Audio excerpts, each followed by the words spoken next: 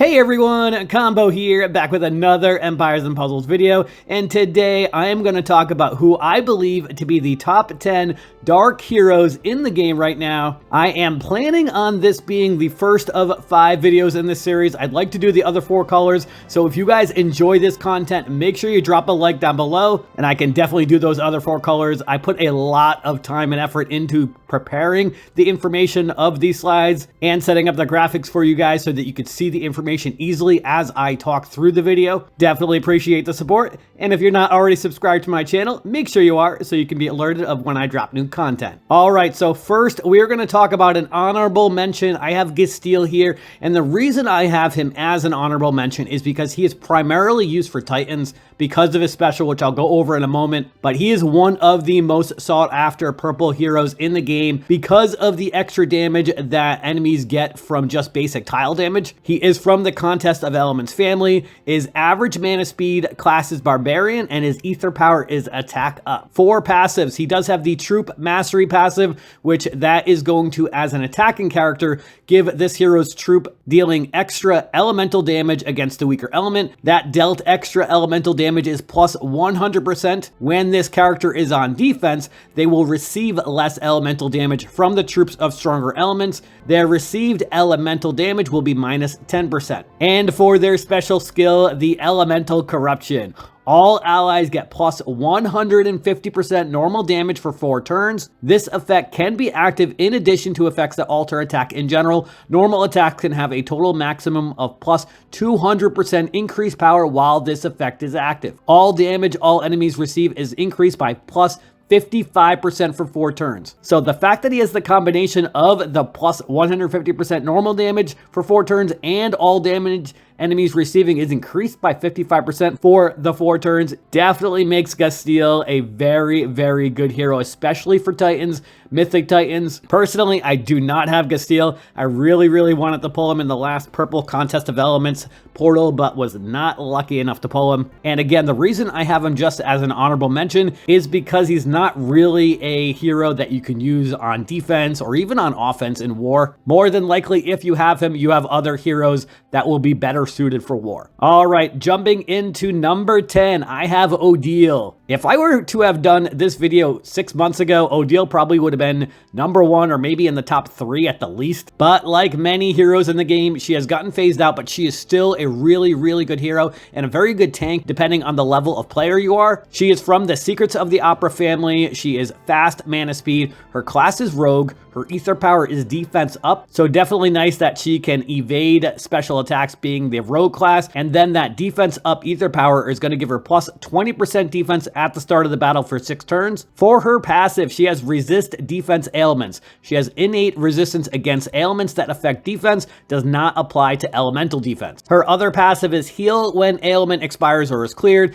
She will receive 5% health each time an ailment expires, cleansed, removed, or reallocated from them, can activate only once per turn. For her special, she has the Dance of the Black Swan. She will boost health for all allies by 475, casts Dance of the Black Swan to all allies but the caster for 4 turns. All existing status effects will be removed when this effect is added. The Dance of the Black Swan will, at the end of each turn, the dancers deal 155% damage to a random enemy and boosts health for themselves for 25% of the damage dealt, gives immunity to new status effects. New dancing effects will replace this, and this cannot be dispelled. Dancing is removed if the caster dies. So obviously keep that in mind. If Odile is defeated, then the dancing will end for your allies. I was never lucky enough to pull Odile, unfortunately, so I cannot speak from personal experience, but I know she has always been a pain in the ass to go against, as I'm sure many of you have experienced. She was definitely one of the most common tanks that you would see in the game for quite some time, but I definitely do not see her nearly as often as I used to. Coming in at number 9, and this one might surprise you, it definitely surprised me when I was doing my research on Dark Heroes, costume Dark Lord. Personally, I only really looked at Dark Lord as a sniper, but when I did research on Dark Heroes and did a more in-depth analysis of what would have been like the top 20 or so, Dark Lord is so much more than just a sniper. And if you were to look at the top defenses of the top 100 in global raids, you would see Costume Dark Lord probably in about 10 to 15% of the defenses, which I was very surprised at. But we'll go over his special in a moment. He is a part of the villains family. He is fast mana speed, class is sorcerer, and ether power is defense up. For his passive, he has curse on special skill. When this character casts their special skill, all enemies receive 473 curse damage over 4 turns, starting low and increasing every turn. And for his special skill, the Pulsar Strike, he deals 560% damage to the target, reduces the duration of the target and nearby enemies' buffs for 2 turns. The duration reduction affects both dispellable and undispellable effects. If the duration of any effect is reduced to 0, this effect is considered as having expired naturally. So that is definitely really cool, where it will also dispel undispellable buffs. The target and nearby enemies receive corrosive poison for 4 turns. The corrosive poison deals 285 poison damage and lowers the target's mana generation by minus 15% each turn. And that's just his base level. If you have him double limit broken, I believe that poison damage goes up to like 475 or 477 or somewhere around there. Enemies are going to get that damage every single turn for 4 turns. That is a lot of damage, plus the snipe, plus the curse damage, plus the minus 15% mana generation for 4 turns to 3 enemies. Dark Lord is a really, really good hero, and it was very easy to compare him to Toon Sartana when Costume Dark Lord first came out. Who was the better sniper? I don't even think it's a contest. Costume Dark Lord is definitely a better hero than Toon Sartana, in my opinion. And that is why I have him at number 9. Coming in at number 8, we have Gooldron from the Slime family. He is fast mana speed, class is cleric, ether power is fiend resist. This is a new hero that just came into the game probably about 2 weeks ago from the time I'm recording this video. He's also the first slime hero that is going to give fiend, so we're going to go over his special in a moment. But first, his passives are some of the best in the game with the Slime family. Slime minion upon defeat is his first one. When this hero is defeated, it summons a slime mega minion to nearby allies with 50% HP and 40% attack inherited from the caster.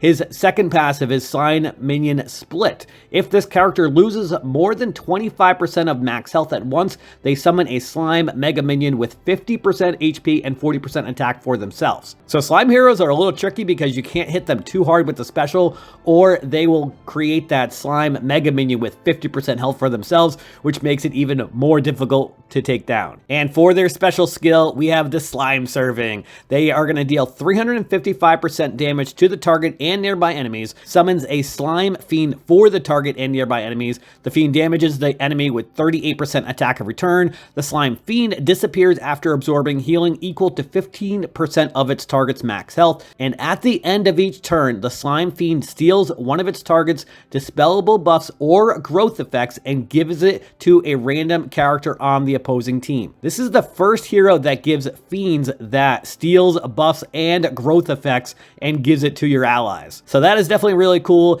If you pull him and use him, obviously be careful about the fiends because they're not that strong, only at 15% of its target's max health. So you need to make sure you do not fire Gooldron right before your opponents are about to heal. Conversely, if you're going against Gooldron, if he's on defense, then you can kind of time your heal for after Gooldron goes off. So I would definitely say because of that, Gooldron is probably more of an offensive hero. If you're going against defenses that are attack or defense growth heavy, like Grimsteel or Demilune or Pepper Flame, then that could be a great opportunity to steal those growth effects. Coming in at number 7, we've got Darkfeather. He is probably the lowest overall individual power that I have rated in the top 10, but it is for good reason. Darkfeather is one of my favorite heroes in the game. He is part of the Goblin family, of course, is average mana speed, class is Druid, ether power is defense up, and he is just so much fun to use. He was considered a really good tank for quite some time, but obviously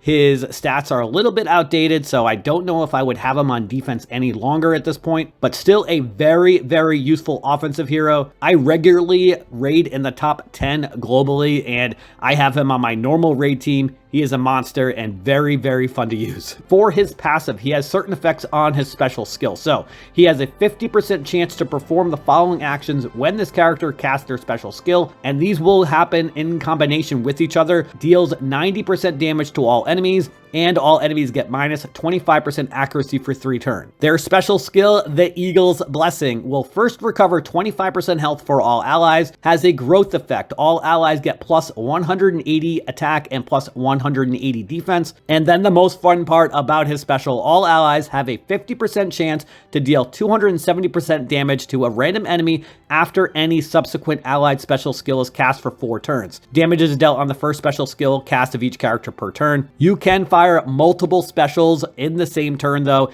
and this will still work. I've done this many times where I've used 3 purples at the same time, or if I am going up against a Titan, using all 5 at the same time. And you can time your other specials so that you can try to get all 5 at the same time if you're playing like a 3-2 setup or 4-1 or whatever your preference is. Darkfeather is a lot of fun to use on offense. Coming in at number 6, I've got Cennius. Cennius is part of the Owl family, average mana speed, rogue class, and his ether power is fiend resist. I do not have Cennius, but I hate going up against him because you never know how much damage he's going to hit you with. First, his passive though, the Owl family has the mana increase reduction, reduces the amount of mana increased by special skill by minus 80%. This effect applies to all enemies in the battle. This is extremely useful for heroes like Costume Hathor or Nautica or any other hero whose special instantly increases mana for their allies. And for their special skill, Blade Wings, attacks the target and nearby enemies with Moonrise Strike, dealing up to 1100 damage, deals 30% more damage if the target is holy, has a 100% chance to cast Blade Wings again on a random target, can recast up to 3 times, and chance to recast is reduced by minus 35% after every cast. So there's a guarantee that this is going to go off twice. So that's potential up to 6,600 damage just for those first 2 hits. And then there's a possibility for it to even go off more times. I feel like every time I go against Cennius, he goes off at least 3 times in this special. And if you are in Lucky Strike War, it is even more annoying to go up against, because if he goes off twice on top of the already hitting maybe 3 or 4 times, that is extremely hard to recover from. I do see Cennius on defenses quite often, so I would consider him definitely an attacking hero on offense and also a defensive hero. Coming in at number 5, I've got Demilune. He is from the Astral Elves family. He is fast mana speed, class is wizard, and ether power is attack up. I feel like Demilune is the new and improved Pepper Flame when he first came out, especially since Pepper Flame got nerfed. Demilune is definitely a better hero than Pepper Flame in my opinion. Obviously he has more updated stats, but taking a look at his passive first, he's got 2 passives. First is resist poison. This character has innate resistance against poison. And then their second passive, which all the Astral Elves have, is the shared received damage. 20% of the damage received by this character is shared with other allies. So it makes it harder for them to get taken down, but if one of their allies is close to death, then if you attack Demilune, you could actually kill the other enemy. So definitely an interesting passive. And then for their special skill, the Moon Crush Beam. This special skill never misses its targets, deals 495% damage to the target and minor damage to nearby enemies, steals all dispellable buffs from the target and nearby enemies, and randomly distributes them on all allies. And then the growth. This caster and nearby allies get plus 340 attack. Personally, I love growth heroes. They are super useful, especially when battles become a little bit longer. If you can watch that growth pile up, once you get over 1,000, it is like hitting your enemies with a truck when your specials go off. Unfortunately, I do not have Demilune. Definitely seems like a fun hero to use though. Coming in at number 4, I've got Tamlin from the Woodland Fawn family. He is the only hero in this top 10 that is slow speed, and there is a reason for it. I'll show you his special in a moment, but he is sorcerer class and his ether power is regen. So he's going to regenerate, I think it's 420 health over the course of 6 turns at the start of the battle. For his passives, he has 3. First of them is resist insanity. All of the Woodland Fawn heroes have this. They have innate resistance against insanity, super useful against the insanity heroes. And then once we get to insanity wars, they're going to be even more useful. Their second passive, mana on status ailment received. This character gains 5% mana when they receive a status ailment or a negative stack. And their third passive, resist attack reduction, has innate resistance against status ailments, stacks, and wither effects that affect attack. And for their special skill, Disquieting Tune. First, they will deal 450% damage to all enemies, and then they're going to cast this enhanced defense ailment. All enemies get minus 64% defense against special skills.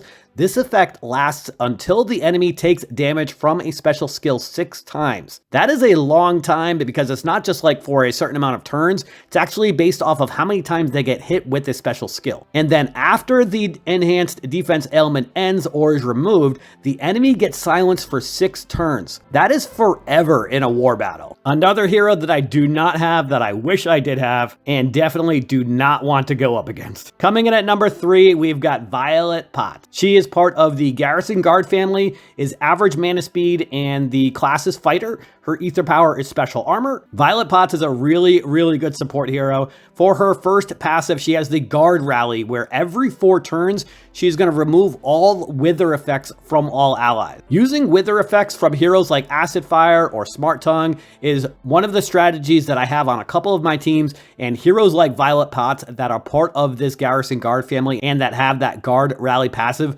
make it extremely difficult because I have to rethink on how I'm going to attack those enemies. So definitely a very useful passive. And her second passive is Resist Mana Reduction. This character has innate resistance against mana reduction. So you cannot use heroes like Mina or Luna or any other heroes that reduce mana of this hero. She can be silenced though, but she cannot have her mana reduced. And for her special skill, the Lucky Coin, first she will safely dispel status effect buffs from all enemies, and then all enemies are immune to new status effect buffs for 4 turns. She will then summon a Sword Guard Mega Minion with 35% HP and 300% attack inherited from the caster. The target hit by the Sword Guard Mega Minion receives 435 bleed damage over 3 turns, and this effect spreads to nearby enemies. Personally, I hate going up against Violet Potts because of her safely dispelling the status effect buffs from all enemies, and then all enemies being immune to new status effect buffs for 4 turns. Definitely very annoying when I create teams where it is buff heavy and I can't use those buffs because Violet Pot's preventing them. All right, we are getting down to the final top 2. Getting exciting. We've got some really good heroes that we've already talked about and some really good ones that we are about to talk about. Fortunately, I am lucky enough to have both of them. And coming in at number 2, I've got Von Rothbart. He is part of the Secrets of the Opera family. He is average mana speed, class is sorcerer, and his ether power is special boost. A super fun hero to use on offense and a pain to go against up on defense. He has 2 passives. His first is Resist Defense Ailments, has innate resistance against ailments that affect defense, doesn't apply to elemental defense, and his second passive is Heal when ailment expires or is cleared, will receive 10% health each time an ailment expires, cleansed, removed, or reallocated from them, can activate only once per turn. And for his special skill, the Ballad of Pain. First, he is going to deal 550% damage to the target, and then the target dances to the Ballad of Pain for 4 turns, with the dance spreading to nearby enemies each time. The Ballad of Pain will first silence the dancer. When the dancing ends, the target gets 1700 damage. All existing status effects will be removed. Dance gives immunity to new status effects, and new dance status effects will replace this effect. Dance effect cannot be dispelled. This effect is removed when the caster is defeated. So with all of the different dancing effects that are in the game, they do overwrite each other. Typically, you would want to use it on the tank if you can. That way it spreads quickly to the flanks and then the wings within 2 turns. But if it is beneficial for you to cast this on even a wing, it will go all the way around to the other wing before it disappears. So definitely useful depending on the timing and who you are trying to silence first. Just remember that if the attack kills the target, then obviously that dancing Ballad of Pain is not going to spread to the nearby enemies. Super fun hero to use, but you want to be careful and smart about how you use him. Personally, I have definitely made a couple mistakes in who I targeted, and I've learned from those mistakes, so learn from mine, and definitely do not use it against Toon Vivica, because not only will she potentially resist it, but she could reflect it back to you also, because of that Superior Master Cleric class talent that she has. All right, and without further ado, coming in at number 1, probably no surprise here, we've got Costume Diaochan. She is part of the Kingdom family, has fast mana speed, her class is Cleric, and her Ether power is defense up. One of the more annoying tanks in the game. I would say that there's a couple others in different colors that have recently surpassed her, especially with the amount of minion counters that have come into the game with heroes whose attacks bypass minions, and the new ninja passive where minions have 50% health. So there's definitely more ways to counter Costume Diaochan, but she is still annoying to go up against. Her first passive is Unstoppable Minions, so she has resistance against minion removal. She cannot be prevented from receiving minions, and minion attack and abilities can't be disabled. And then for her special skill, Lady's Flowers, first she's going to recover 33% health for all allies, and then she's going to summon a lackey minion for the caster and nearby allies with 33% HP and 33% attack inherited from the caster. Each time a lackey minion hits an enemy, it steals a random dispellable buff from the enemy and gives it to its owner. Costume Diaochan has been in the game for almost 7 months, believe it or not. She was introduced in late May of 2024, and she is still one of the best tanks in the game. Again, there are better ones that have come out since then. Sludgus is really annoying to go up against. The new Rosalind is very annoying to go up against as well, but Costume Diaochan, still one of the best tanks, like I said, even 7 months into coming out. There are a lot of heroes that I really wanted to include on this list, but unfortunately, they just did not make the cut. But let me know who you feel like I left off the list. Some of the other ones I was considering: Costume Forces, Vander, Acid Fire, Gunctus, Swiftpaw, even Luna, even though she's been out for quite some time. Definitely would have liked to have included some of those, but unfortunately, like I said, they just did not make the cut. But let me know what you all think of this top 10. And that is going to do it for today's video. I hope you did enjoy it or found it helpful. And if you did, hit that like button. Make sure you sub to my channel, and I'll catch you guys next time.